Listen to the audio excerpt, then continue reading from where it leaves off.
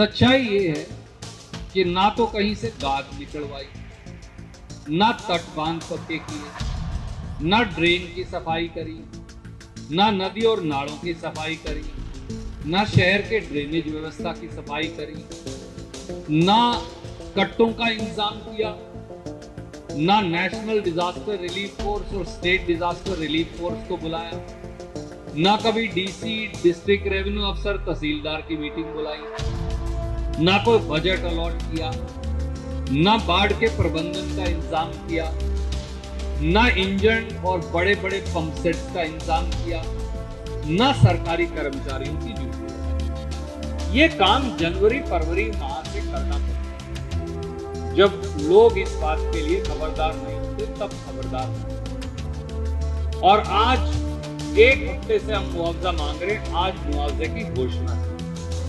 इससे भद्दा मजाक, इससे कड़वा मजाक, इससे क्रूर और निर्दयी मजाक जो आज श्रीमान नायब सैनी ने किया है, वो शायद किसी मुख्यमंत्री ने कभी हरियाणा के लोगों से नहीं किया हो।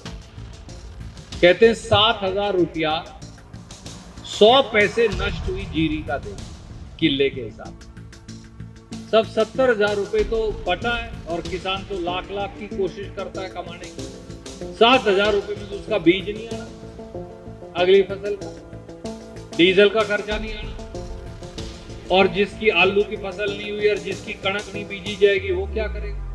7,000 रुपए किला में क्या काम पाता उनका। और अभी तो पिछली बार जब पानी आया था अभी तक तो उसका मुआवजा नहीं दिया। उसका छोड़ो, जब मोदी आया था जिन किलों के अंदर वो टेंट लगाया था उनका मुआवजा नहीं आज तक दिया। इनका मुआवजा कौन सी सदी में मिलेगा ये पता नहीं। 1 लाख रुपया मकान का मिलेगा।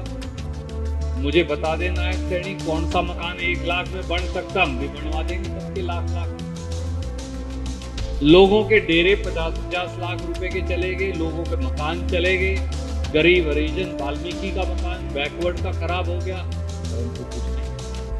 30,000 रुपए अगर डंगर मर गया, भैंस मर गई, गाय मर गई, उसका कौन सी में ऐसे जो 30,000 रुपए में आती है, मेरे को तो आज तक पाई नहीं। कोई भैंस अगर दिलवा सकता हो 30,000 रुपए में नायब सैनी, तो हम सारे उसको इकट्ठे करके पैसे देते हैं। 5-4 हजार भैंसों का ठेका अपन दे देते हैं उनको कि भाई चलो लेके दे दे, बाकी देख लेंगे, मुनाफे में बेच लेंगे बाकी। क्यों मैं बोला तो आजकल जो है अच्छी जोटी तो 2-2 लाख की भी है, और नहीं तो लाख 1.25 लाख रुपए से कम की तो कोई। मैं तो भैंस गाय देखी जो मर गए, किसी के परिवार के लोग 40 लोग मर लिए, उनको 4 लाख रुपए। इससे बड़ा मजाक क्या। 4 लाख रुपए में उसका घर कैसे चलने वाला है, जिसका पूरा कमाई करने वाला चला गया, इस बात का कोई जवाब नहीं। सच्चाई है कि कोई जवाब नहीं। हम रास्ते में यही चर्चा सारे रास्ते करते आ रहे हैं कि जिस प्रकार से तबाही है, बर्बादी है, और अपने यहाँ तो 1,500 एकड़ तो जमीन यमुना जी लेगी। वहां का किसान क्या करे। रात को वो जमींदार था, सवेरे उठा तो भूमिहीन था, उसका क्या होगा, उसका भी कोई जवाब इनके पास नहीं। तो मैं आपसे केवल एक ही विनती करने आया। दुर्भाग्य से वो पंजाब हो या हरियाणा, 2 जगह चुटकुले सुनाने वाले लोग जो कॉमेडी शो चलाते थे, वो दोनों मुख्यमंत्री बने। एक हेलीकॉप्टर में सवार है, दूसरी अस्पताल में सरकार है। एक अस्पताल में भर्ती हो गया है, दूसरा उसको अस्पताल में मिलने जा रहा है। एक को जीजा कहता है, ये हरियाणा वाले को साड़ा कहता है। जीजा साड़ा ने हरियाणा डबो दिया चुटकुले सुना के, गले पंजाब को हो गए। आज तक मिला कुछ। इसलिए हमारा तो कर्तव्य ये है, हम सारे साथी जो आपके सामने बैठे, मैं तो हरपाल भाई से भी ये कहा, अपन को मिलकर ये संघर्ष करना है, आवाज उठानी है। पहले तो मुख्यमंत्री घर से बाहर नहीं निकला था, हमने कहा गुमशुदा के पर्चे लगाएंगे, तो बाहर आया। फिर मुआवजे की कोई घोषणा नहीं की हमने, हर रोज कहा मुआवजा देना ही पड़ेगा, नहीं तो हम आंदोलन करेंगे। आज 7,000 रुपए का मुआवजा घोषित कर दिया। अब प्रधानमंत्री नहीं आने लग रहा, वो कहते हैं तो पंजाब में जहाज से जाऊंगा, हरियाणा नहीं आऊंगा। हमने कहा क्यों?